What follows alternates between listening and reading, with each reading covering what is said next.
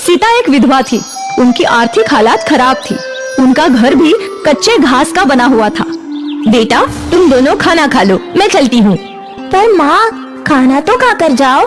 नहीं बेटा, बहुत देर हो गई है। अगर और देर की तो मालिक आधा दिन काट लेंगे। श्लोक, तू भी खाना खा ले और अपने काम पर चले जाना। जी माँ। और परी, तेरी स्कूल की आज छुट्टी है ना, तो पूरे घर की साफ सफाई अच्छे से कर लेना। ठीक है माँ। भी बहुत मेहनती था। वो दिन भर होटल में काम करते रहता था। भैया, ये रहा आपका ऑर्डर, एक मसाला डोसा और 2 कॉफी।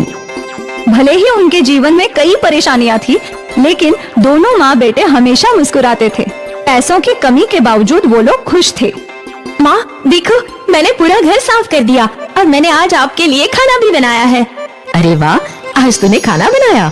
हाँ, सोचा आपकी थोड़ी मदद कर दूं। अच्छा किया। हमारी नन्ही सी परी बड़ी हो रही है। अच्छा चल रहा था।